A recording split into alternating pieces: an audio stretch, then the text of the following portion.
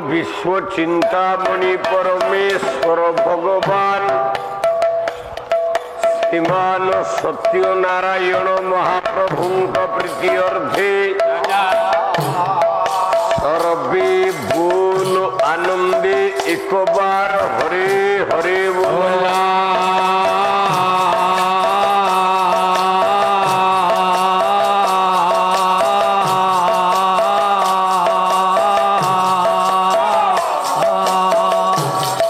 कल्याणमयी जगदेश्वरी परमेश्वरी भगवती झंकर वासिनी मां शारदा देवी प्रीति अर्थे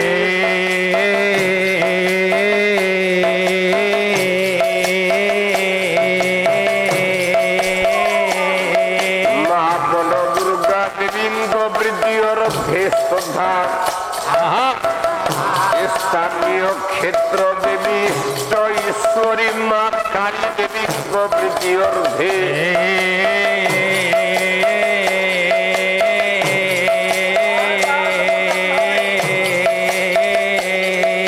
सर्वे बोलो आनंदे एक बार हरे हरे बोला।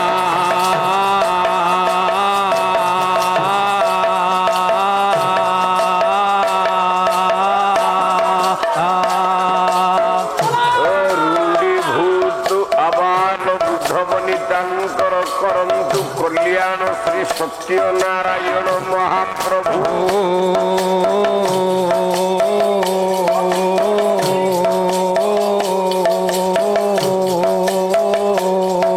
ये ग्रामर मंगल विधान मस्तु सर्वे बोल आनंदे एक बार हरे हरे बोला।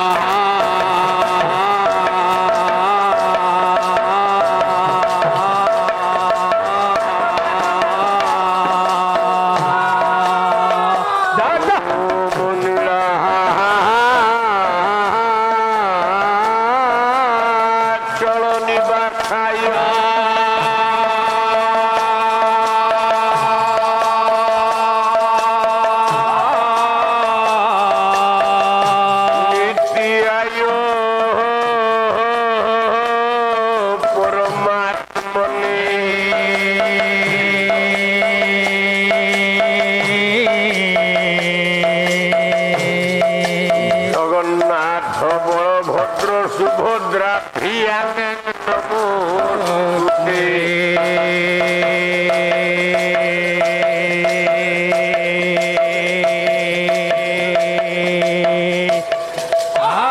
मानुआ सासुरा भवदंग बल्ली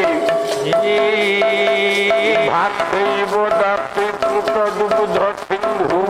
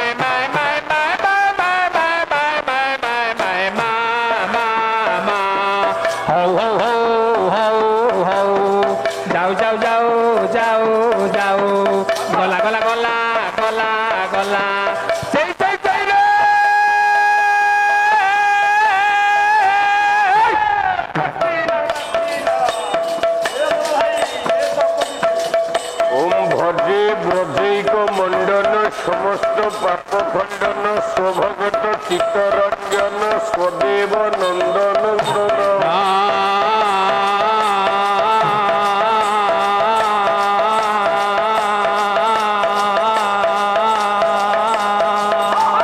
स्वदेव कल्प बुद्धित कल्पाक नाथ সুনাদ করব মুৎসর্গ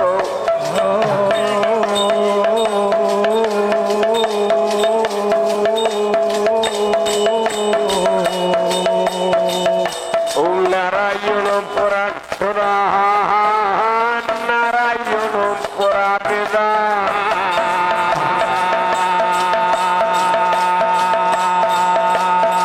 নারায়ণ পরাপিতা নারায়ণ পরামাতা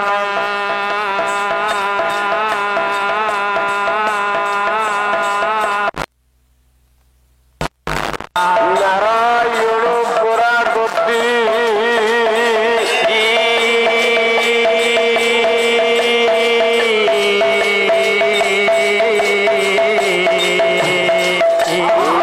নারায়ণ শান্তি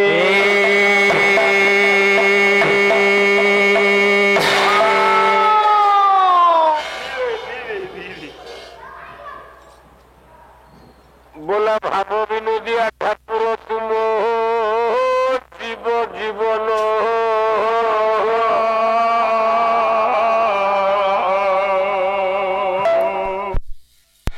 तो बांधिब बोली शरण मुते कर कारण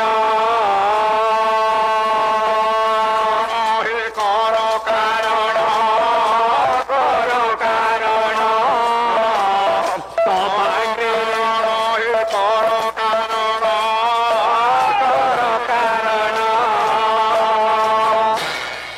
গলা পতিত পাবন বানাত বলি শুনিলি যাও হে বলে শুনিলে যাও শুনিলে যাও আশা করিও ঠিক বড় ভক্তি পাইবে কাহু পাইবে কাহু হে পাইবে কাহু পাইবে কাহু পাইবে কাহু আশা করিଅছি কেবল ভক্তি পাইবে কাহু বলা পূর্ব ভরু ভাত সরিলা হে ভক্ত বচল হে আহে ভক্ত বচল হে ভক্ত বচল বিশ্ব কুম্ভ যোগাইলি ভক্ত হেলানি বেলা হেলানি বেলা হেলানি বেলা হেলানি বেলা বিশ্ব কুম্ভঙ্গ ভুঞ্জাই বিয়স্ত হেলানি বেলা বলা কুম্ভକୁ দর্শন করিলে কুম্ভକୁ দর্শন করিলে অর্ণ পূর্ণ হয়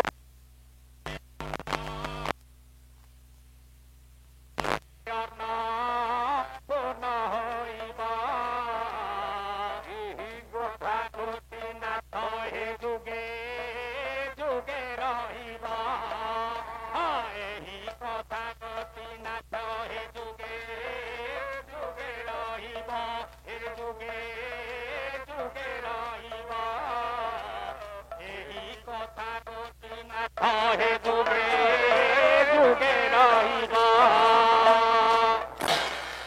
রাতে বলব ভাবনে বহে হইল ভাব গ্রাহী রে রহে হে ভাব গ্রাহী রে রহে হে ভাব গ্রাহী কেড়ত নিকট হেলানি অভি রাম কহয়ে হে রাম কহই হে রাম কহয়ে রাম কহই হে রাম নিকট হেলানি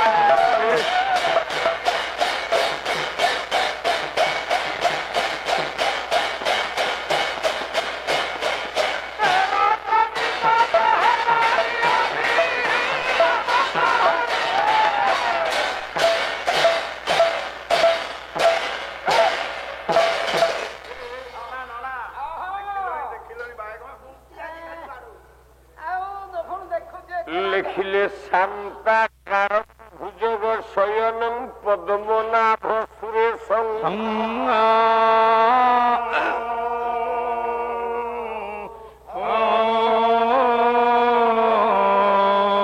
বিশ্বআধারম গগন সদৃশং পদ্মনাভ সুরেশং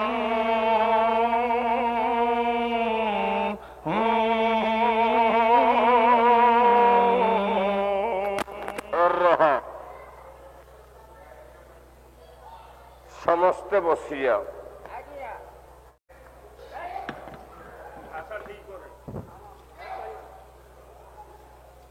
ଆନନ୍ଦ କନ୍ଦ ପରମାନନ୍ଦ ଜଗଦାନନ୍ଦ ପରମେଶ୍ୱର ଶ୍ରୀ ଅର୍ଚ୍ଚନୀୟ ବନ୍ଦନୀୟ ସତ୍ୟନାରାୟଣ ମହାପ୍ରଭୁ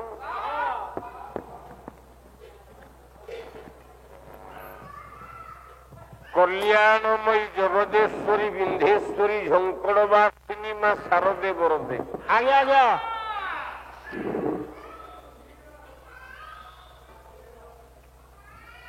ତଥା ଗଣପତି ଆଦି ପଞ୍ଚଦେବତାଙ୍କର ଅଭୟ ପଦକଞ୍ଜରେ ଆଜ୍ଞା ଆଜ୍ଞା ଚିତ୍ତମନକୁ ନିର୍ମଳ କରିବାକୁ ଯାଇ ହଁ ହଁ ହଁ ମୁଁ ପୀର ଦରବାର ଉପରେ ଗୋଟିଏ ମଙ୍ଗଳାଚରଣ ରୂପକ ଶ୍ଲୋକଟିଏ ଉପଢୌକନ ଦେବି। ଆଚ୍ଛା ଆଚ୍ଛା ଆଚ୍ଛା ଆଚ୍ଛା ଆଚ୍ଛା ସେ ମଙ୍ଗଳାଚରଣ ଶ୍ଲୋକଟା କଣ? କଣ ଆଜ୍ଞା? ଯାହାକୁ ବ୍ୟାସଦେବ ପ୍ରମାଣ କଲେ। ବ୍ୟାସଦେବ କହିଛନ୍ତି। ଆଚ୍ଛା କହିଲେ ପୁଣ୍ୟ ଶ୍ଲୋକ ନଳ ରାଜା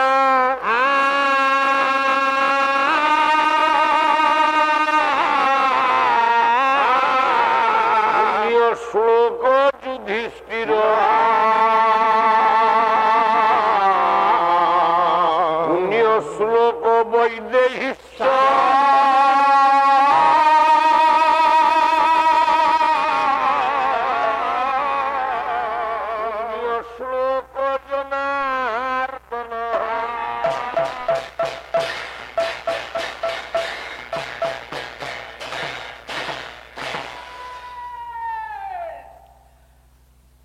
ଜଗତରେ ପୁଣ୍ୟ ଶ୍ଲୋକ କାହାକୁ କୁହାଯାଏ? କାହାକୁ କୁହାଯାଏ ପୁଣ୍ୟ ଶ୍ଲୋକ ବୋଲି? ପୁଣ୍ୟ ଆଜ୍ଞା ବୋଲେ ଯିଏ ଜୀବନରେ ଜମା ପାପ କରିନି। ଆଜ୍ଞା ଯିଏ ପାପ କରିଛି ସେ କଣ ପୁଣ୍ୟବାନ ହବ? ସେଟା ପାପି ନା ଶୁଣୁଛ ପୁଣ୍ୟ କୋଉଠୁ ଆସିବ? ଚାରିଟା ଯୁଗରେ 4 ଜଣ ଆଜ୍ଞା କେବେ ପାପ କରିନାହାନ୍ତି। ହଁ ସେ 4 ଜଣ କିଏ? ସେ 4 ଜଣ କିଏ କିଏ ଯେ ଏତେ ପାପ କରିଛନ୍ତି ତାଙ୍କ ନାଁଟା ରହିଛି? ନା ପୁଣ୍ୟ ଶ୍ଲୋକ ନଳରାଜା, ପୁଣ୍ୟ ଶ୍ଲୋକ ଯୁଧିଷ୍ଠିର, ଆଚ୍ଛା ପୁଣ୍ୟ ଶ୍ଲୋକ ବୈଦେହୀଶ୍ଚ, ପୁଣ୍ୟ ଶ୍ଲୋକ ଜନାର୍ଦ୍ଦନ। ବାସ୍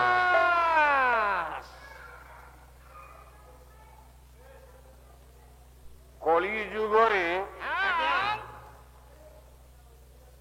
ଜନାର୍ଦ୍ଦନ ବୋଲେ ଜଗନ୍ନାଥ କେବେ ପାପ କରିନି। ନା ନା ଜଗନ୍ନାଥ ପାପ କରିନି। ଜଗନ୍ନାଥ ହଉଛି ଜଗତର କର୍ତ୍ତା, ସିଏ କୋଉଠି ପାପ କରିବେ?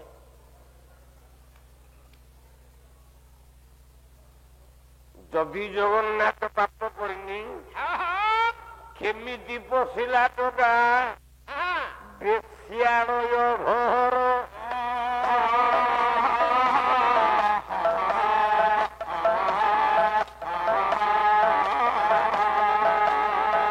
କେମିତି ସେ ପୁଣ୍ୟ ଶ୍ଲୋକ ହୋଇବ ସତ୍ୱର?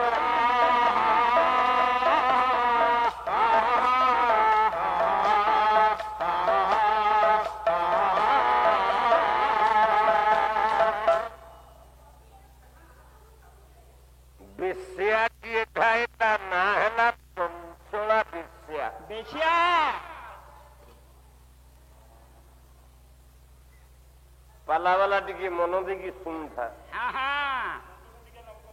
ଆଉ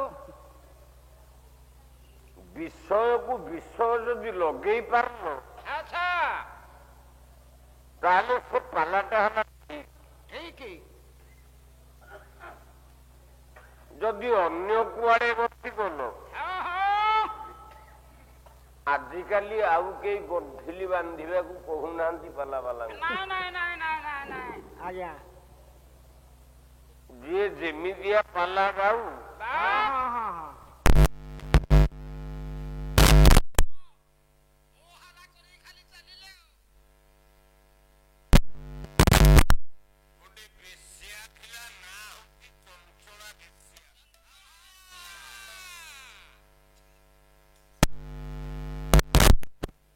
ଗଜପତି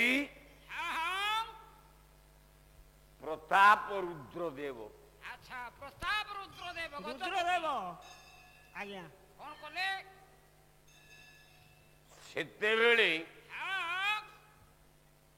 ସିରାଜ ଉଦ୍ୱାଲା ହଁ ବଙ୍ଗର ନବାବ ଆଚ୍ଛା ପୁରୀର ଶ୍ରୀମନ୍ଦିର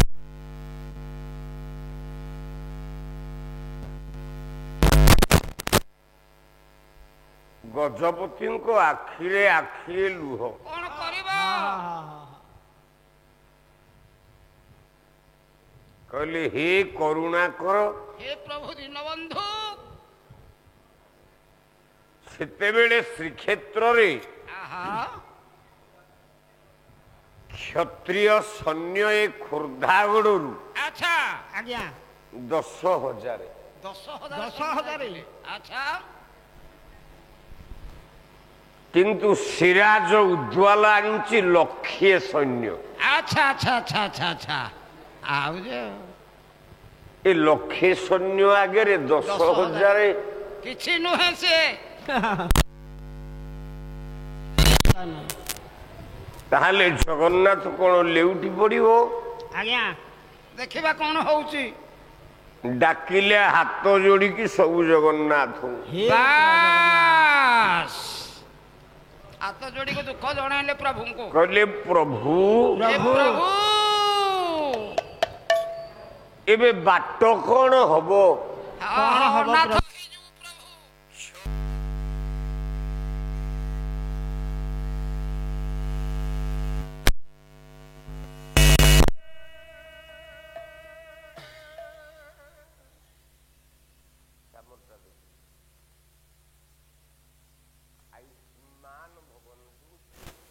ସର୍ବାରିଷ୍ଟ ଶାନ୍ତିରସ୍ତୁ। ବାପା ମାଙ୍କର ଭଲ ପୁଅ ହ, ଭଲ ପାଠ ପଢ, ଭଲ ନାଁ ରଖ, ଏତିକି ମା କାଳୀଙ୍କ ପାଖରେ ମୁଁ ଆତ୍ମନିବେଦନ କରୁଛି। ମତେ 100-200 ଦେଇଦେଲେ ମୁଁ ବଡ଼ ଲୋକ ହେବିନି, କିନ୍ତୁ ତୁ ଯଦି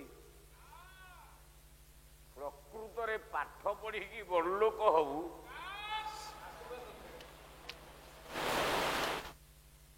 ତାହେଲେ ଦିନେ ନା ଦିନେ ମୋ ନାଁଟା ରହିବ। ଦିନେ ନା ଦିନେ କହିବୁ ମୋ ନାଁରେ ନୃସିଂହ ହୋତା ଚାମର ଟେକିଥିଲା। ଆଜ୍ଞା ଆଜ୍ଞା ଆଜ୍ଞା ହେ ଭଗବାନ ମୁଁ ତତେ ଆଶୀର୍ବାଦ କରୁଛି ହଁ ହଁ ତୋ ବାପା ମାଙ୍କର ତୁ ଭଲ ପୁଅ ହ, ହଁ ହଁ ହଁ ଏ ଗାଁର ଭଲ ପୁଅ ହ, ଏ ଅଞ୍ଚଳର ଭଲ ସନ୍ତାନ ହୁଅ। ହଁ ହଁ ହଁ এই ଅଞ୍ଚଳ ଯେମିତି ତତେ ସଦାବେଳେ ଝୁରୁଥବ ହଁ ହଁ ହଁ ହଁ ଏତିକି ଆଶୀର୍ବାଦ କରୁଛି। କ୍ଷମା ନିଧି କି ବାରେ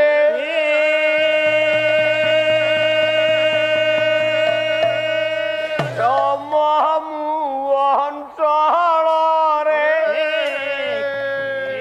କ୍ଷମା ନିଧି କି ବାରେ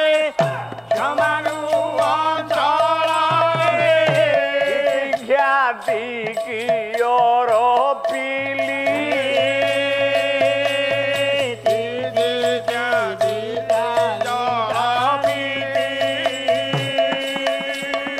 ତମ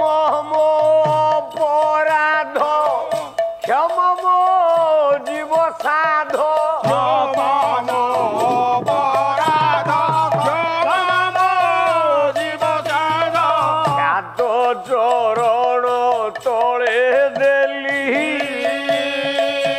ହେ ମହାପ୍ରଭୁ ମହାପ୍ରଭୁ ମହାପ୍ରଭୁ ଆଉ ଥରେ ମହାପ୍ରଭୁ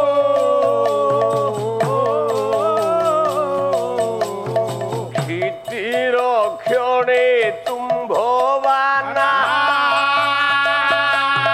କ୍ଷିତିର କ୍ଷଣେ ତୁମ୍ଭବାନା ଭବ ଭୟକୁ ବଜ୍ର ସେନା ଭବ ଭୟକୁ ଭଦ୍ର ସେନା ভব সাগরে দেবে হৃদয় ভাসিব এবে ভব সাগরে দেবে নৃত্য ভাসিব দেবে ভব সাগরে দেবে নৃত্য ভাসিব দেবে ভব সাগরে দেবে নৃত্য ভাসিব দেবে এ নিন্দা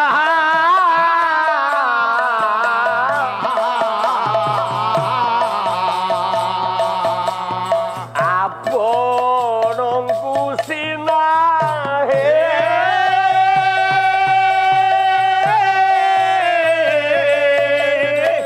ମହାପ୍ରଭୁ ଆଉ ପ୍ରଭୁ ମହାପ୍ରଭୁ ଆଉ ଥରେ ମହାପ୍ରଭୁ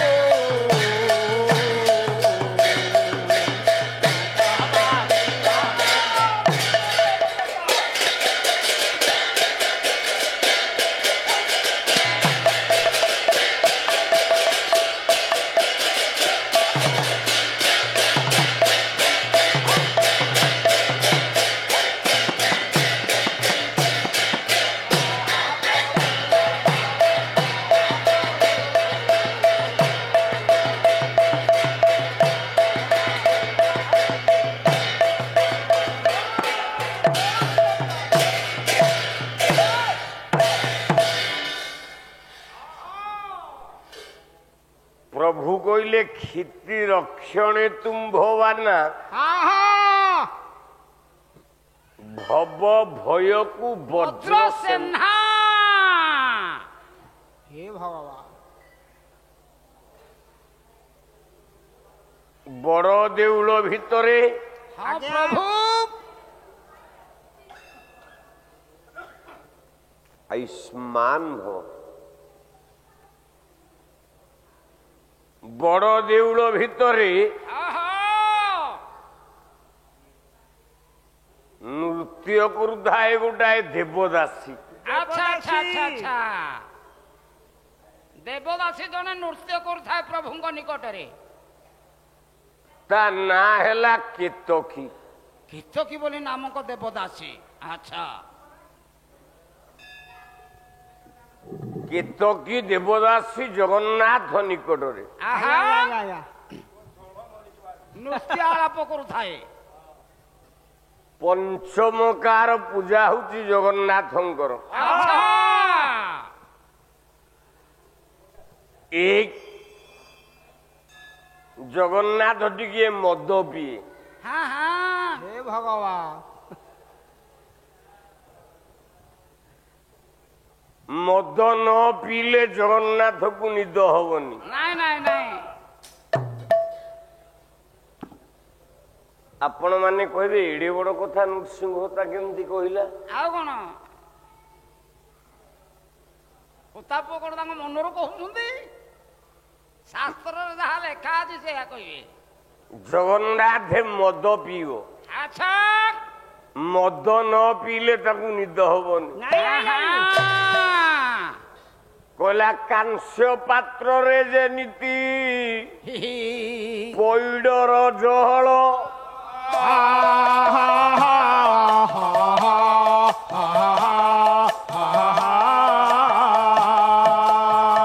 ଚବିଶି ଲବଙ୍ଗ ଥାଏ ତା ସାଙ୍ଗେ କେବଳ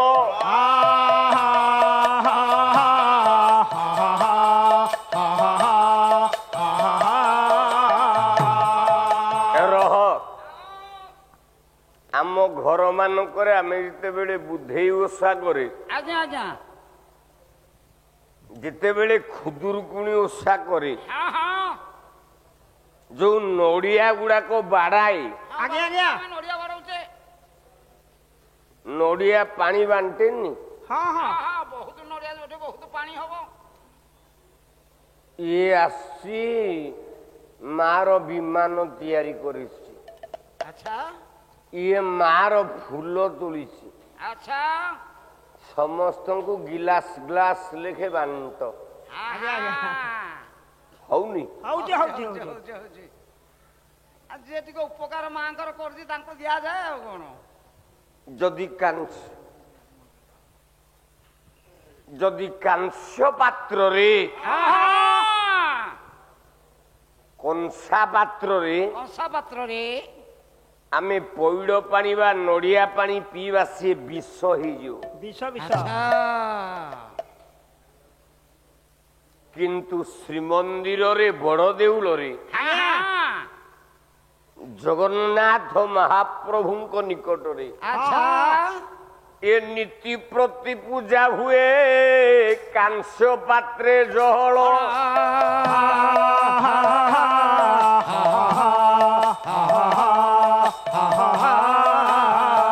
ବାଣ ପଇଡ଼ର ଜଳା ପିଅଇନି କହର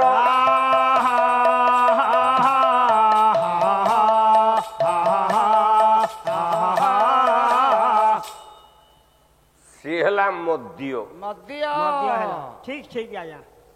ବୁଝିଲୁ କାଂସ ପାତ୍ରରେ ପଇଡ଼ ଜଳ ଥୁଆ ହେଲେ ମଦ ବୋଲି କୁହାଯାଏ। ମୁଁ ତ ଭାବିଲି ସାର୍ ଯୋଉ କହିଲେ ଅଡିଆନ୍ସ ଆମକୁ ବାଡେଇବେ। ଦୁଇରେ ଜଗନ୍ନାଥ ପ୍ରତ୍ୟେକ ଦିନ ଖାଏ ମାଂସ। ଆଚ୍ଛା କଣ ମାଂସ ଖାଆନ୍ତି। ଏ ଭଗବାନ ଆରେ କାଂସ ପାତ୍ରରେ ଥୋଇଲେ ଯଦି ପଇଡ଼ ପାଣି ମଦ ଖାଇଲେ ହଁ ଆଉ ମାଂସ କୋଉଟା ଖାଇଲେ? କେ ଜାଣି ଜଗନ୍ନାଥ ମାଂସ ପ୍ରତ୍ୟେକ ଦିନ ଖାଏ। ହଁ ସେ ମାଂସ କି ମାଂସ? କି ମାଂସ? ଯାହାକୁ କାର୍ତ୍ତିକ ମାହାତ୍ମ୍ୟ କହିଲା। ଆଜ୍ଞା ଆଜ୍ଞା କଲା ଏ ଦେହେ ଅଛି ଯେଉଁ ରୂପ ହଁ ସତୀ ନିର୍ଘାତେ ଯେଉଁ ପାପ ସତିନି ଘାତେ ଯେଉଁ ପାପ ସତିନି ଘାତେ ଯେଉଁ ପାପ ସେ ପାପ ବଜ୍ର କୀଟ ରୂପେ ମୋ ଦେହ କାଟୁଥିବ କୋପେ ମୋ ଦେହ କାଟୁଥିବ ଗୋପେ ମୋ ଦେହ କାଟୁଥିବ ଗୋପେ କଲା ସହସ୍ର ସମ୍ବତ୍ସର ଶିଳା ଗଣ୍ଡୁକି ଜଳେ ହେବ ଭେଳା ଗଣ୍ଡୁକି ଜଳେ ହେବ ଭେଳା ଗଣ୍ଡୁକି ଜଳେ ହେବ ଭେଳା କଲା ସେ ବିଷ୍ଣୁ ଶିଳା ମୋର ମୂର୍ତ୍ତି ପୂଜା କରିବେ ବିପ୍ରଜତି ପୂଜା କରିବେ ବିପ୍ରଜତି ପୂଜା କରିବେ ବିପ୍ରଜତି ସହସ୍ର ସମ୍ବତ୍ସର ଶିଳା ଆଜ୍ଞା ଗଣ୍ଡୁକି ନଦୀ ଜଳେ ହେବ ଭେଳା। ଭେଳା ଭେଳା ଭେଳା ଭେଳା ହେଇକି ଅଛନ୍ତି ଆଉ ଗଣ୍ଡୁକି ଜଳରେ। ଶିବ ଆଉ ଜଳନ୍ଧରଙ୍କର 18 ଦିନ ଯୁଦ୍ଧ ହେଲାଣି। ଆଜ୍ଞା ଆଜ୍ଞା ଜଳନ୍ଧର ଅସୁର ମରୁନି। ନାଇଁ ନାଇଁ ନାଇଁ ଶିବଙ୍କ ସାଙ୍ଗରେ ପ୍ରଚଣ୍ଡ ଯୁଦ୍ଧ ଚାଲିଛି।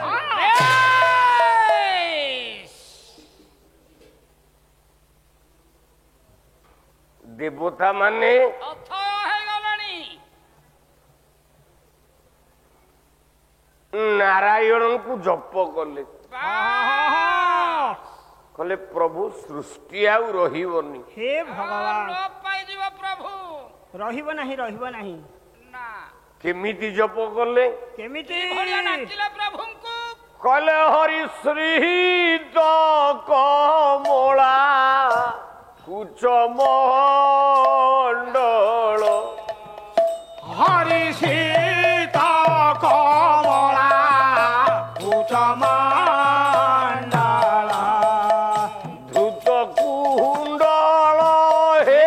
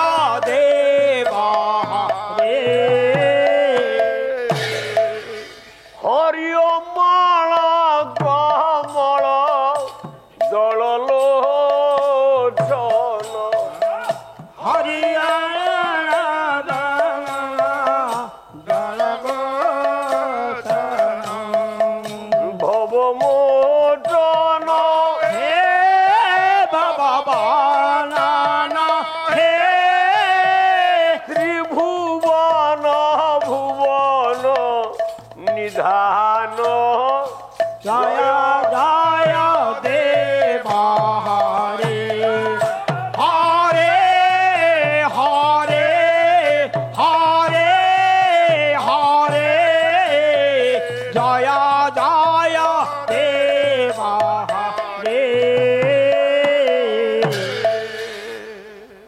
মা ଜଗନ୍ନାଥ ନିକଟରେ କେତକୀ ଦେବଦାସୀ ନୃତ୍ୟ କରୁଥାଏ। ଆଜ୍ଞା ଆଜ୍ଞା ଏଇ ଗୀତଟି ଗାନା କରିକି ନୃତ୍ୟ କରୁଥାଏ। ଆହା ବୁଢୀ ହେଇଗଲା, ହଁ ହଁ ହଁ ଆଉ ନାଚି ପାରିଲାନି। କଣ କରିବା ଆଉ ସମୟ ବଡ ବଳବାନ। ଦେବଦାସୀଙ୍କର ପ୍ରାପ୍ୟ କଣ କଣ ପ୍ରାପ୍ୟ? ନା ସୁବର୍ଣ୍ଣ ଥାଳିରେ ଆଜ୍ଞା ଆଜ୍ଞା ଆଜ୍ଞା ଜଗନ୍ନାଥ ମହାପ୍ରଭୁଙ୍କର ଯୋଉ ଭୋଗ ହୁଏ ଭୋଗ ଭୋଗ ସେଇତକ ପ୍ରାପ୍ୟ ହଉଛି ଦେବଦାସୀର। ଆଜ୍ଞା ଆଜ୍ଞା ଆଜ୍ଞା ଆଚ୍ଛା ଆଚ୍ଛା ସେଇ ଭୋଗତକ ଖାଇକି ସେ ବଞ୍ଚିବ। ଆହା ଦେଖୁଛୁ କି ଭାଗ୍ୟବାନ ପୁଅ। ପ୍ରତାପ ରୁଦ୍ରଦେବ ଗଜପତି ଆଚ୍ଛା ଦେବଦାସୀ ନାଚୁଛି। ଆହା ସେତିକି ବେଳେ କଣ ହେଲା ଆଜ୍ଞା ବୌଦ୍ଧ ଧର୍ମ ବାଲା ଶ୍ରୀମନ୍ଦିର ଭିତରେ ପ୍ରବେଶ କଲେ। ଆଜ୍ଞା ଆଜ୍ଞା ଆଜ୍ଞା ଆଚ୍ଛା ଆଜ୍ଞା ଆଚ୍ଛା ଆଚ୍ଛା ଆହା ଯେମିତି ଆଜି ଭାରତ ପାକିସ୍ତାନ ଭିତରେ ଚାଲିଛି ଯୁଦ୍ଧ, ଯୁଦ୍ଧ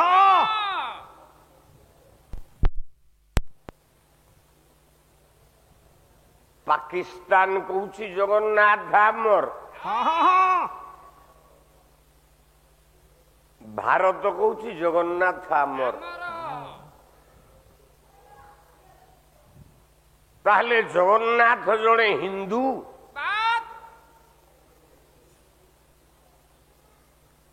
ନା ଜଗନ୍ନାଥ ଜଣେ ପଠାଣ? ଆଜ୍ଞା ଆଜ୍ଞା ଆଜ୍ଞା ଜଗନ୍ନାଥ ଜଣେ ହିନ୍ଦୁ ଜଣେ ପଠାଣ। ନା ଜଗନ୍ନାଥ ଜଣେ ମୁସଲମାନ? ଆଚ୍ଛା ଆଚ୍ଛା ଆଚ୍ଛା ହଁ, ତାକୁ ଦେଖିବାକୁ ପଡିବ ନା ଆଉ। ଆଗ ଏଇଠୁ ଦେଖିଲେ ପାଇବି ସବୁ କଥାଟା। କାହିଁକି ପାକିସ୍ତାନର ଆଖି ଓଡ଼ିଶା ଉପରେ? କାହିଁକି କାହିଁକି ପାକିସ୍ତାନ ଯୁଦ୍ଧ କରୁଛି କେବଳ ଓଡ଼ିଶା ପାଇଁ। ଆଜ୍ଞା ଆଜ୍ଞା ଜଗନ୍ନାଥ ନିଜ ନିୟନ୍ତ୍ରଣକୁ ନେବା ପାଇଁ ହଁ ହଁ ଆଚ୍ଛା ତ କି ଦେବଦାସୀ ନୃତ୍ୟ କରୁଛି। ଆଚ୍ଛା ପ୍ରଭୁଙ୍କ ନିକଟରେ କେତକୀ ଦେବଦାସୀ ନୃତ୍ୟ କରୁଛି। ଦେବଦାସୀ ନୃତ୍ୟ କଲେ ଜଗନ୍ନାଥ ଶୁଏ, ହଁ ହଁ ଦେବଦାସୀ ନୃତ୍ୟ କଲେ ଜଗନ୍ନାଥ ସ୍ୱପ୍ନ ବୋଲେ ଶୟନରୁ ଉଠେ। ଆଚ୍ଛା ଆଜ୍ଞା, ଆଚ୍ଛା ନୃତ୍ୟ କଲେ ଉଠନ୍ତି, ନୃତ୍ୟ କଲେ ଶୁଅନ୍ତି। ଆଚ୍ଛା ବଡ଼ ଦେଉଳ ଶ୍ରୀମନ୍ଦିରରେ ଆଜ୍ଞା ହଁ ମୋ ଭାଇ ନାଲୋ এইটা কোন দরকার, এইটা যথেষ্ট। ହଉ ଏହି ବଦାନ୍ୟତା ରହିଥାଉ। ଜଗନ୍ନାଥ ଆପଣଙ୍କର ମଙ୍ଗଳ କରନ୍ତୁ। ଆଜ୍ଞା ଆଜ୍ଞା ଆଜ୍ଞା ଆପଣ ତ ଓଡ଼ିଶାର ଜଣେ ବଡ଼ ଗାୟକଙ୍କର ପୁଅ। ଆଜ୍ଞା ଆଜ୍ଞା ଆଜ୍ଞା ସେହି ଲୀଳା ଲାଗିଥାଉ। ହଁ ହଁ ଆପଣ ଯେମିତି ଏ ଅଞ୍ଚଳରେ ନିଜ ବାପା ନାଁକୁ ବୁଡ଼େଇ ଦିଅନ୍ତୁ। ଉଡ଼େଇ ଦିଅନ୍ତୁ। ମୁଁ ଜଗନ୍ନାଥକୁ ଡାକୁଛି। ଆଚ୍ଛା ଆରେ ଯିଏ ବାପା ନାଁକୁ ବୁଡେଇବ ହଁ ହଁ ସିଏ ଯୋଗ୍ୟ ପୁଅ ହଁ ନା ଯିଏ ବାପା ନାଁକୁ ରଖିବ ସିଏ ଯୋଗ୍ୟ ପୁଅ? ଯିଏ ବାପା ନାଁଟାକୁ ରଖେ ସିଏ ହଉଛି ଯୋଗ୍ୟ ପୁଅ ନା ଆଉ। ତୁ ପାଲା ବାଲା ହେଇନୁ କି ହବୁନି? ନାଇଁ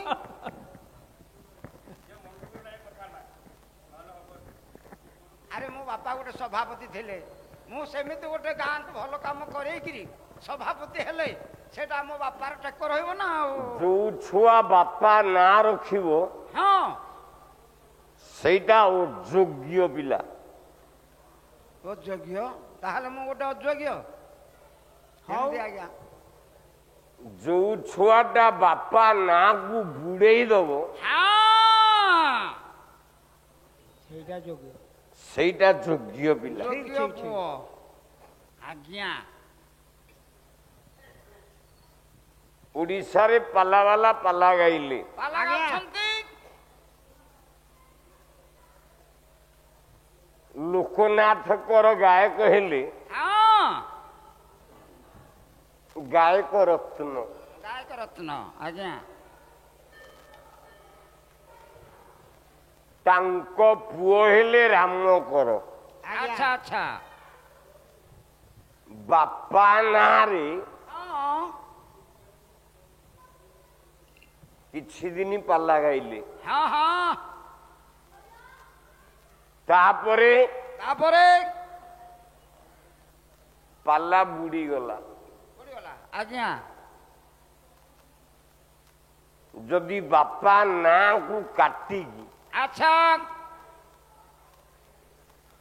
ସେ ବଡ ଗାୟକ ହେଇଥାନ୍ତେ ଆଚ୍ଛା ଆଚ୍ଛା ତାହେଲେ ଓଡ଼ିଶାରୁ ତାଙ୍କ ନାଁ କଣ କମି ଯାଇଥାନ୍ତା? ଆଜ୍ଞା ଆଜ୍ଞା ସତ କଥା ଆଉ। ଆଜ୍ଞା କଥାଟା ଇচ্ছে ଅଛି ଆଉ। ଗାୟକ ରତ୍ନ ହେଲେ ହରିନାଥ। ବାତ୍ ତାଙ୍କ ପୁଅ ହେଲେ ବିଚିତ୍ରନାଥ। ଆଚ୍ଛା ଆଜ୍ଞା ଆଜ୍ଞା ହରିନାଥ ଓଡ଼ିଶାର ଯେତିକି ନାଁ କମେଇଲା ହଁ ହଁ ହଁ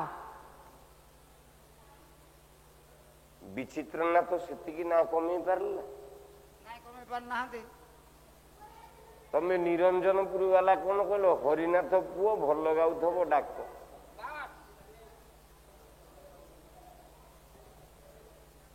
ଓଡ଼ିଶାରେ ବଡ ଗାୟକ ହେଲା ଧର୍ମାନନ୍ଦ ଦୀକ୍ଷିତ। ଗାୟକ ଲାଇବ୍ରେରୀ। ଆଉ କଣ? ଆଜ୍ଞା ଆଚ୍ଛା ତା ପୁଅ ପାଲା ଗାଇଲା କୁନା ଦୀକ୍ଷିତ। ହଁ ହଁ ହଁ ବାପା ନାଁରେ କେତେ ଦିନ ଡଙ୍ଗାକୁ ପେଲିଲା, ଆଚ୍ଛା ଆଚ୍ଛା କିଛି ଦିନ ଚଳେଇଲା ଆଉ ଅଛି ନାହିଁ। ତାକୁ ଓଡ଼ିଶାରେ କିଏ ଡାକୁଛି? ଆଉ ନା ନା ନା ନା ନା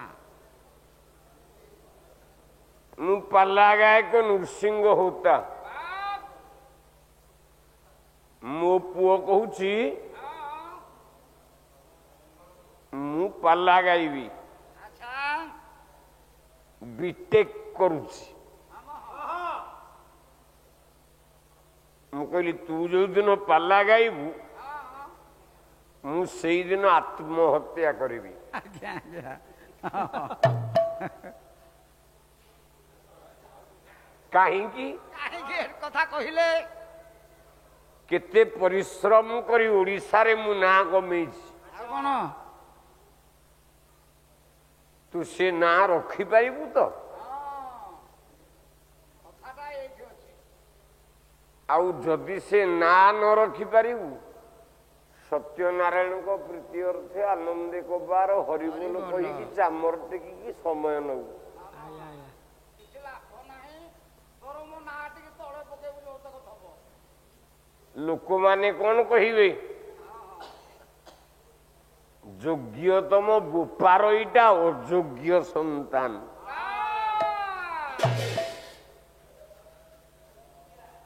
ଓଡ଼ିଶାରେ ଯେତେ ବଡ଼ ଗାୟକ ଆପଣ ପିଲାବେଳୁ ଦେଖିଛନ୍ତି ଆଜ୍ଞା ଆଜ୍ଞା ଆଜ୍ଞା ସିଏ ବୋପା ଅଜାଠୁ ବଳି ପଡ଼ିଲା। ଆଚ୍ଛା ଆଚ୍ଛା କି ଭଳିଆ ଯୋଗ୍ୟ ପୁଅ ଜଣେ ସିଏ କବି ମଞ୍ଜୁଳ କୃଷ୍ଣ ପ୍ରସାଦ ବସୁ ବସୁ ପୁଅ ଦେଖିବା କଲା ଉପାଧେ ମାଟି ବସିଲା ସ୍ୱର୍ଗପୁର କଳ୍ପତରୁ ଠାରୁ ହେବି ବଡ କଳ୍ପତରୁ ଠାରୁ ହେବି ବଡ କଳ୍ପତରୁ ଠାରୁ ହେବି ବଡ କଳ୍ପତରୁ ଠାରୁ ହେବି ବଡ ଉପାଧେ ମାଟି ବସିଲା ସ୍ୱର୍ଗପୁର କଳ୍ପତରୁ ଠାରୁ ହେବି ବଡ କଳ୍ପତରୁ ଠାରୁ ହେବି ବଡ କଳ୍ପତରୁ ଠାରୁ ହେବି ବଡ କଳ୍ପତରୁ ଠାରୁ ହେବି ବଡ ଅଧିକୁ ଅଧିକ ଦାନ ଖଇରାଜ ଆଭିଜାତ ଜାତ ମନ ଦୃଢ଼ପଣ ଆଚାର୍ଯ୍ୟଙ୍କ ଆଚାର୍ଯ୍ୟଙ୍କ ମୋର ଆଚାର୍ଯ୍ୟଙ୍କ ମୋର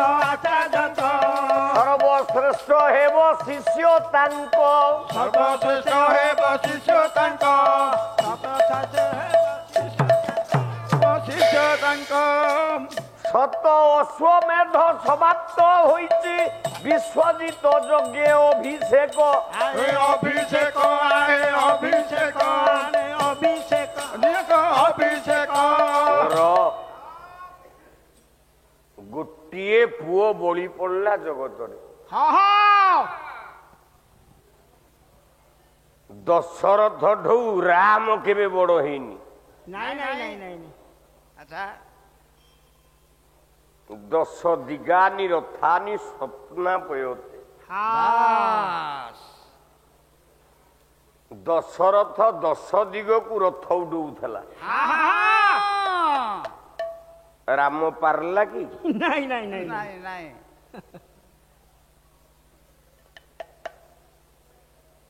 ବସୁଦେବ ପୁଅ କୃଷ୍ଣ ବଡ ହେଲା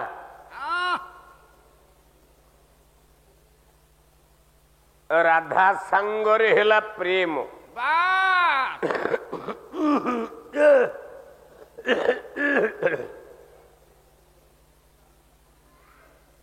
ବିରହିଣୀ ରାଧା କଦମ୍ବ ମୂଳରେ ପଡିଛି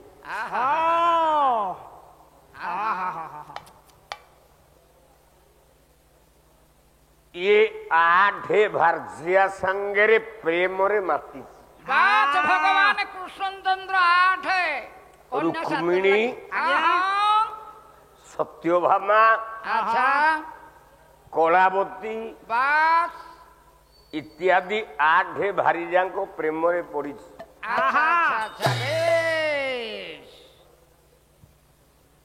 ରାଧା ଅଧୁରା ହେଇକି ପଡିଛି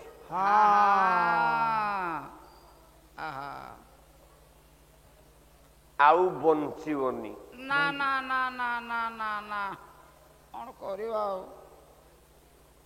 କୃଷ୍ଣକୁ ଡାକିଲା ଅତି ଦୁଃଖରେ ଡାକୁଛନ୍ତି ରାଧାରାଣୀ କୃଷ୍ଣଙ୍କୁ କହିଲା ଏଡେ କପଟିଆ ହେଇଗଲୁ କାମିନୀର ବାସ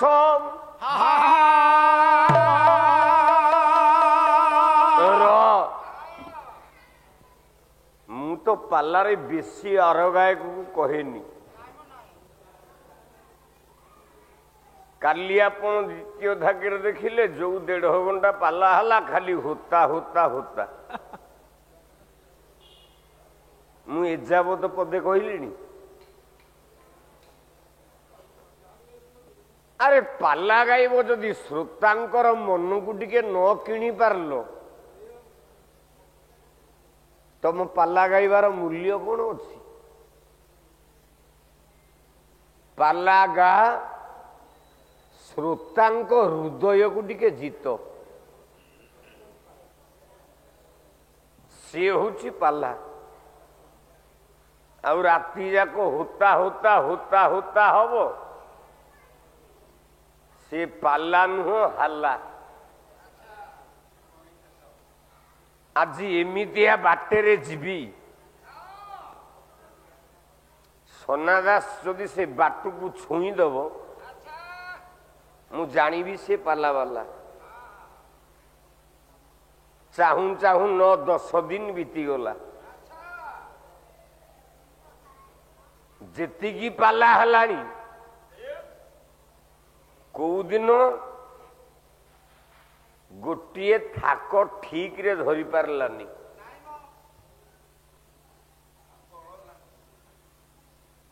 ଏଇଆ ମୋ ବଳ ଭାଙ୍ଗି ଗଲାଣି, ମୁଁ ଦୁର୍ବଳ ହେଇଯାଇଛି।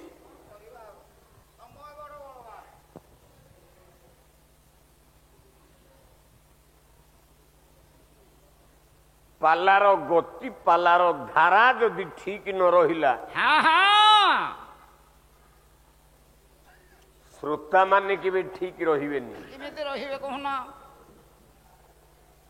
ଆଉ ତମେ ମନେ ରଖିବା ଦରକାର, ବାସ୍ ଇଏ ହଉଛି ନିରଞ୍ଜନପୁର ଅନୁଷ୍ଠାନ। ଆଚ୍ଛା ଓଡ଼ିଶାରେ ପୁରୀରେ 21 ରାତି ବାଦପାଲା ଥିଲା। ହଁ ହଁ ନିରଞ୍ଜନପୁରରେ 18 ରାତି ବାଦପାଲା ଥିଲା। ହେଲା ସେ 18ଟା ଏବେ 12କୁ ପଳେଇ ଆସିଛି। ହଁ ହଁ ହଁ ହଁ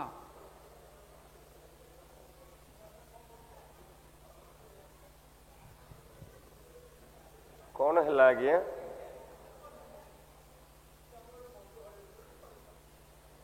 ସେ ପାଲା ଏବେ 12 ରାତିକି ପଳେଇ ଆସିଛି। ପଳେଇ ଆସିଛି। 18କୁ ଦେଖେ 12କୁ ଦେଖେ ପୁଅ, 12 ରାତି କମ ନୁହଁ। ତଥାପି କମ ନୁହେଁ। ଛାତିରେ ସେତିକି ଦମ ଥିଲେ ହଁ ହଁ ତମେ 12 ରାତି 18 ରାତି 21 ରାତି ପାଲା ଗାଇବାକୁ ଯିବ। ବାସ୍ ସେତିକି ଶକ୍ତି ଥିଲେ ହବ ନା। ଆଉ ମୁଁ କାଲି କଣ ଗାଇଲି, ତମେ କାଲି କଣ ଗାଇଲ?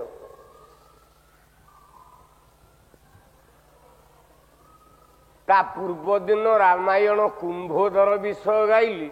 ହଁ କୁମ୍ଭକର୍ଣ୍ଣ ପୁଅ କୁମ୍ଭୋଦର। ବାସ୍ ତମେ କଣ ଗାଇଲ? ଯାହା ବି ହଉ, ଓଡ଼ିଶାରେ ଯୋଡି ହେଇଛ ନୃସିଂହ ହୋତା ସାଙ୍ଗରେ, ହଁ ହଁ କାମ ଚଳୁଛି। ହଁ ହଁ କଲା ପକା ଆମ୍ବ ଯେବେ ହୋଇବ ପକା, ପକା ଆମ୍ବ ଦେବେ ହୋଇବ ପକା, ପକା ଆମ୍ବ ଯେବେ ହୋଇବ ପକା ଆମ୍ବ ଦେବେ ହୋଇବ ପକା, ବୁଢୀ ହାତ ଯେବେ ଧରିବ ଟୋକା, ବୁଢୀ ହାତ ଦେବେ ଧରିବ ଟୋକା, ବୁଢୀ ହାତ ଯେବେ ଧରିବ ଟୋକା, ବୁଢୀ ହାତ ଦେବେ ଧରିବ ଟୋକା, ସେବେଟି ହୋଇବ ଭାତ ନକେଇ, କେବେଠି ହୋଇବ ଭାତ ନକେଇ, କାମ ଚଳେ ସିନା ତୃପତି ନାହିଁ, କାମ ଚଳେ ସିନା ତୃପତି ନାହିଁ। ଖାଲି ଚଳୁଛି, ହଁ ମୋ କାମ ଚଳି ଯାଉ, କାମ ଚଳୁ। ହଁ ମ କଟକ ବାଦାମବାଡି ଯାଇଥବ, ବାତ୍ ଆମ୍ବ କେଜିଟା 100 ଟଙ୍କା ହେଇଥବ, ହଁ ହଁ ହଁ ହଁ 2ଟା ଆମ୍ବ ଉଠିଥବ। ଖାଇବା ବାଲା ଯିଏ ସେ ନିଶ୍ଚିତ ଆଣିବ ଯୋଡ଼ି। ଆଉ ଗୋଟେ ଆମ୍ବ କାଟିଲା ବେଳକୁ ପୋକା ବୋଲେ ପୋକରା ହେଇଯାଇଥବ। ଓହୋ ତାକୁ କଣ ତମେ ଫୋପାଡ଼ି ଦବ? ନାଇଁ ଏତେ ରେଟ୍ ଦେଇକି ଆଣିଛେ। ତାକୁ ଚାଞ୍ଛି ଚାଞ୍ଛି ଯୌତକ ଟିକେ ଭଲ ଦବ, ସେଇତକ ଚଳେଇବ। ଜିଭର ଲଗେଇଦବ। ଏତେ ପଇସା ଦେଇକି କିଣୁଛ। ଆଉ କଣ ମ ବୁଢୀ ହାତ ଯେବେ ଧରିଲା ଟୋକା, ବାସ୍ ମୋ ଡ୍ରାଇଭର ବବୁଲର ବୟସ ବର୍ତ୍ତମାନ 25। 25 ବର୍ଷ। ସେ ଯଦି ଗୋଟେ 55 ବର୍ଷ ବୁଢୀକି ବାହା ହବ, ହଁ ମ ତା ମନ କଣ ସୁଖ ରହିବ? ବିଲକୁଲ। ତା ବୋପା ତ ତାକୁ ବାହା ଦେଇଛି। ହଁ ମ ସେ କଣ କରିବ? ଯାହାହେଲେ ଚଳେଇ ଦବା। ଆଉ କହିବ କାମ ଚଳୁ, ଆଉ କଣ କରିବା? ହଁ ମ ଆଉ କଣ ଫିଙ୍ଗି ଦବା? ନାଇଁ ମ ଯେବେଟି ହୋଇବ ଭାତ ନକେଇ, ବାତ୍ ସାଙ୍ଗସାଥି ଭୋଜି କରିବାକୁ ଯାଇଥବ, ଆ ବିଅର ମାଡ଼ କରିଦେଲ 10-12ଟା। ଆଉ କଣ ଭାତ ବସିଥବ ହାଣ୍ଡିରେ, ବିଅର ମାଡ କରିଦେଲ 10-12ଟା ନିଶା ହେଇଗଲା। ଦେଖିଲା ବେଳକୁ ଭାତ ପେଜ ହେଇଗଲାଣି ପାସ ଭଳିଆ। ତାକୁ କଣ ଫୋପାଡ଼ି ଦବ? ଦିଅ ଟିକେ ଚଳେଇଦବା ଆଉ କଣ। କାମ ଚଳେ ସିନା ତୃପତି ନାହିଁ। କାମ ଚଳିବ କିନ୍ତୁ ତୃପତି ବୋଲେ ବାସ୍ନା ନାହିଁ। ହୃଦୟ କେବେ ପୁରିବନି। ନାଇଁ ନାଇଁ ନାଇଁ ନାଇଁ ନାଇଁ। ତେଣୁ ସନା ଦାସ ଆସୁଛି, କାମ ଚଳୁଛି, କିନ୍ତୁ ଶାନ୍ତି ନାହିଁ। କିନ୍ତୁ ହୃଦୟରେ ତୃପ୍ତି ଅଛି କି? ନା ନା। 10 ଦିନ ହେଲା ମୁଁ ଯେତେ ବହି ଧରିଲିଣି, ତମେ ତ ଯାହା ଗାଉଛ ମୁଁ ତାହା ପୂରଣ କରୁଛି। ମୁଁ ଯାହା ଗାଉଛି ଆଚ୍ଛା ତାହା ତମେ ପୂରଣ କରୁଛ କି? ନାଇଁ, ହେଇପାରିବନି। ରାଜା ଥିଲା ହିରଣ୍ୟକଶିପୁ। ହିରଣ୍ୟକଶିପୁ, ଆଜ୍ଞା। ହିରଣ୍ୟକଶିପୁର ପୁଅ ହେଲା ପ୍ରହଲ୍ଲାଦ।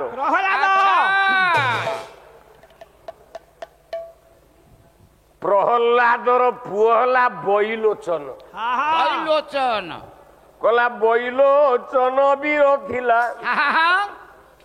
ଭାର୍ଯ୍ୟାରୁ ପେତାକୁ ବଧିଲା। ଭାର୍ଯ୍ୟାରୁ ପେତାକୁ ବଧିଲା, ଭାର୍ଯ୍ୟାରୁ ପେତାକୁ ବଧିଲା। ମହିଷା ମାରେ ଦୁର୍ଗା ହୋଇ ଏକଥା ନ ଜାଣନ୍ତି କେହି। ଏକଥା ନ ଜାଣନ୍ତି କେହି, ଏକଥା ନ ଜାଣନ୍ତି କେହି। ସେଇ ବୈଲୋଚନର ପୁଅ ନାଁ ହେଲା ରାଜା ବଳି। ବଳି। କବି କହିଲେ ଅବାଧେ ମାଟି ବସିଲା ସ୍ୱର୍ଗପୁର, କଳ୍ପତରୁ ଠାରୁ ହେବି ବଡ। କଳ୍ପତରୁ ଠାରୁ ହେବି ବଡ, କଳ୍ପତରୁ ଠାରୁ ହେବି ବଡ, କଳ୍ପତରୁ ଠାରୁ ହେବି ବଡ।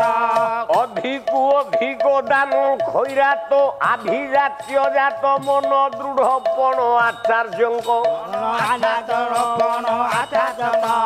ସର୍ବଶ୍ରେଷ୍ଠ ହେବ ଶିଷ୍ୟ ତାଙ୍କ। ଶିଷ୍ୟ ହେବ ଶିଷ୍ୟ ତାଙ୍କ, ହେବ ଶିଷ୍ୟ ତାଙ୍କ। ଅଶ୍ୱମେଧ ସମାପ୍ତ ହୋଇଛି, ବିଶ୍ୱଜିତ ଯୋଗେ ଅଭିଷେକ।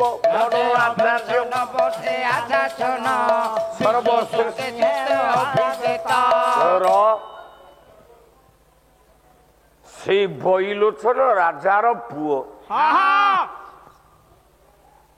ନାଁ ହଉଛି ବଳି ରାଜା। ରାଜା ଏଭଳି ଶକ୍ତିଶାଳୀ ବିଶ୍ୱରେ 2 ଜଣ ଦାନ କରନ୍ତି। ଏ ବିଶ୍ୱରେ 2 ଜଣ ଦାନ କରନ୍ତି। କିଏ କିଏ? ଦାନ କରେ କର୍ଣ୍ଣ, ଆଜ୍ଞା। ଦାନ କରେ ବଳି। ଆଚ୍ଛା। ବଳି ରାଜା ଦାନ ଦେଉଛି। ତା ଦାନର ମୂଳ ଉଦ୍ଦେଶ୍ୟ ଅଛି। ଉଦ୍ଦେଶ୍ୟ କଣ? ମୂଳ ଉଦ୍ଦେଶ୍ୟ ବୋଲେ କଣ? ବାପା, ମୁଁ ନିରଞ୍ଜନପୁର ପାଲା ଗାଇ ଆସିଛି। ଆଜ୍ଞା। ମୋ ଶରୀର ଯେଡ଼େ ଅସୁସ୍ଥ ହଉ, ବାସ୍, ମୁଁ ପାଲା ଗାଉଛି କାହିଁକି ନା 2 ଟଙ୍କା ନେଲେ ମୋ ପରିବାର ପୋଷିବି। ଆଜ୍ଞା ଆଜ୍ଞା। ମୋ ମୂଳ ଉଦ୍ଦେଶ୍ୟ ହଉଛି ଅର୍ଥ। ବାସ୍।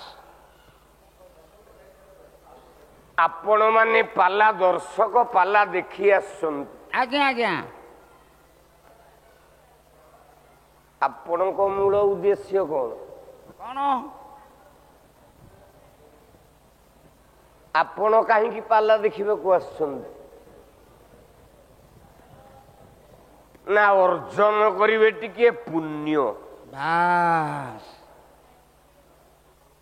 ହରିନାମ କର୍ଣ୍ଣରେ ଶ୍ରବଣ କଲେ ହଁ ହଁ ଟିକେ ପୁଣ୍ୟ ଅର୍ଜନ ହବ। ବାସ୍ ଆପଣ ଆସିଛନ୍ତି ପୁଣ୍ୟ ପାଇଁ, ହଁ ମୁଁ ଆସିଛି ଅର୍ଥ ପାଇଁ। ଧନ ପାଇଁ। ଆଚ୍ଛା ମୋ ପଇସାରୁ ଯଦି ନିରଞ୍ଜନପୁର ଅନୁଷ୍ଠାନ ଟଙ୍କାଟେ କାଟିଦବ, ଆଚ୍ଛା ମତେ ରାତିରେ ନିଦ ହବ? ନାଇଁ ମ ଏ ବଳିରାଜା ଦାନ ଦଉଛି ଆଚ୍ଛା କାହିଁକି? କାହିଁକି ସିଏ ଦାନ କରୁଛନ୍ତି? ନବୀନ ପଟ୍ଟନାୟକ ଚାଉଳ ଦଉଛି କାହିଁକି? ହଁ ହଁ ମୋହନ ମାଝି ବର୍ତ୍ତମାନ ଘରେ ଘରେ ମାଇପି ମାନଙ୍କୁ ସ୍ୱତନ୍ତ୍ରତା ଦେଲାଣି କାହିଁକି? କାହିଁକି? ନା ଭୋଟ ବ୍ୟାଙ୍କ ତିଆରି କରିବା ପାଇଁ। ଆଚ୍ଛା ଯଦି ମାଇପି ମାନଙ୍କୁ ଅକ୍ତିଆର କରି ହବ, ହଁ ହଁ ତାହେଲେ ସେ ପୁଣି ଥରେ ମୁଖ୍ୟମନ୍ତ୍ରୀ ହବ। ନିଶ୍ଚିତ। ଚାଉଳ ଟଙ୍କିକିଆ ଚାଉଳ ଦେଇ ଦେଇ 25 ବର୍ଷ ନବୀନ ପଟ୍ଟନାୟକ ବାତ୍ ମୁଖ୍ୟମନ୍ତ୍ରୀ ହେଇକି ରହିଲା। ହଁ ହଁ ତେଣୁ ସବୁରି ମୂଳରେ ହଁ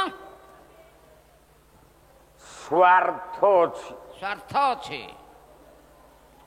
ଆଜି ପାକିସ୍ତାନ ବିରୁଦ୍ଧରେ ମୋଦି ସର୍ଜିକାଲ ଷ୍ଟ୍ରାଇକ୍ କରୁଛି ବାସ୍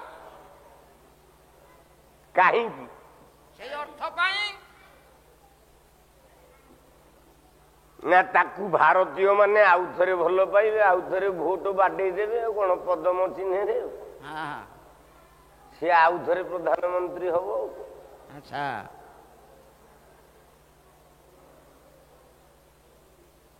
ତେଣୁ ଆମ ଜୀବନରେ ସମସ୍ତଙ୍କ ହୃଦୟରେ ସ୍ୱାର୍ଥ ଥାଏ। ବାସ୍ ଏ ବଳିରାଜା ଏମିତି ଦାନ କଲା, ଆଚ୍ଛା ଆଚ୍ଛା ଆଚ୍ଛା ସ୍ୱର୍ଗରେ ଇନ୍ଦ୍ରର ଇନ୍ଦ୍ରପଦକୁ ଛଡେଇବା ପାଇଁ ଚେଷ୍ଟା କଲା। ଆରେ ହଁ ହଁ ହଁ ହଁ ହଁ ଏତେ ଦାନ ଧ୍ୟାନ କଲା ଯେ ଦେବତା ମାନେ ଦେବରାଜ ଇନ୍ଦ୍ର ତାହା ଚାହୁଁନି। ନାଇଁ ନାଇଁ ନାଇଁ ବଳି ଯେମିତି ଇନ୍ଦ୍ରପଦ ନ ପାଉ। ବାସ୍ ଡାକିଲା ନାରାୟଣ, ଡାକୁଛି। ଗୋଟିଏ ପଦ ଚମ୍ପୁ ଗାଉଛି। ଆଚ୍ଛା ଆଚ୍ଛା ଆଚ୍ଛା ଆଚ୍ଛା ଆଚ୍ଛା ଡାକୁଛନ୍ତି, ଭଗବାନଙ୍କୁ ଡାକୁଛନ୍ତି। କଲା କ୍ଷମାନୁ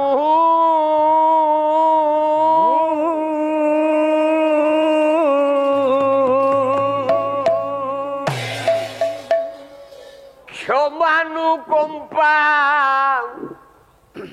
ଇଏ ଧର ହେ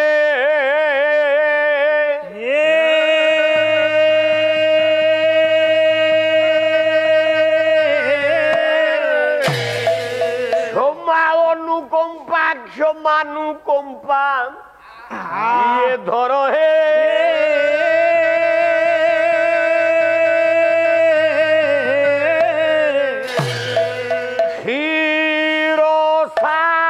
ক্ষীরসাগর সম্ভবা কুচ কুম্ভ ক্ষীরসাগর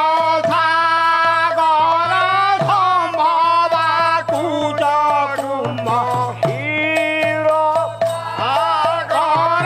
সম্ভবা কুচ কুম্ভ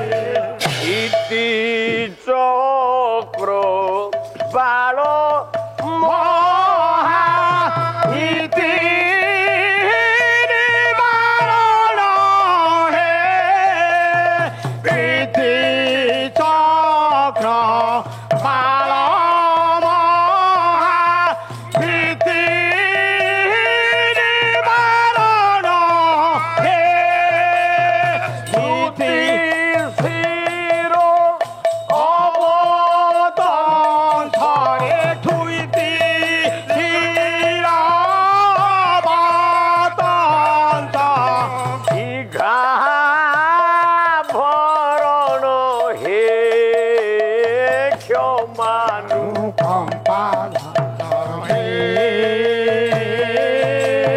କ୍ଷମାନୁ କମ୍ପା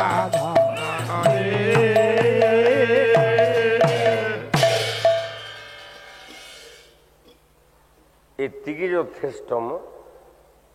ଆଉ ତ କଥା ଆଉ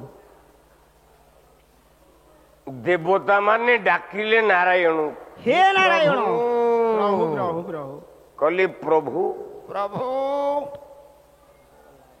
ବଳିରାଜାର ଅତ୍ୟାଚାର ବଢି ବଢି ଚାଲୁଛି। ହଁ ହଁ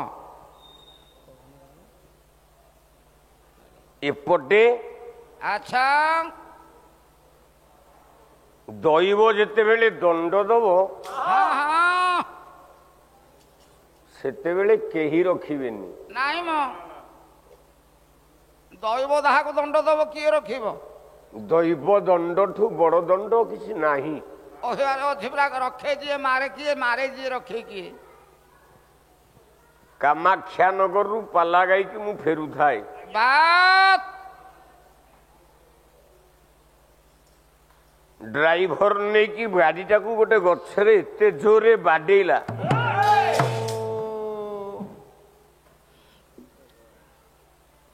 ଗୋଟେ ପାଳିଆ ମରିଗଲା। ଆହା କହନେ କହନେ ଉତ୍କଳ ହସ୍ପିଟାଲରେ ମୁଁ ପଡି ରହିଲି। ଓଡ଼ିଶାରେ ପ୍ରଚାରିତ ହେଲା ନୃସିଂହ ହୋତା ମରିଯାଇଛି। ହଁ ହଁ ମତେ ବଞ୍ଚେଇଲା କିଏ? ପ୍ରଭୁ ନାରାୟଣ।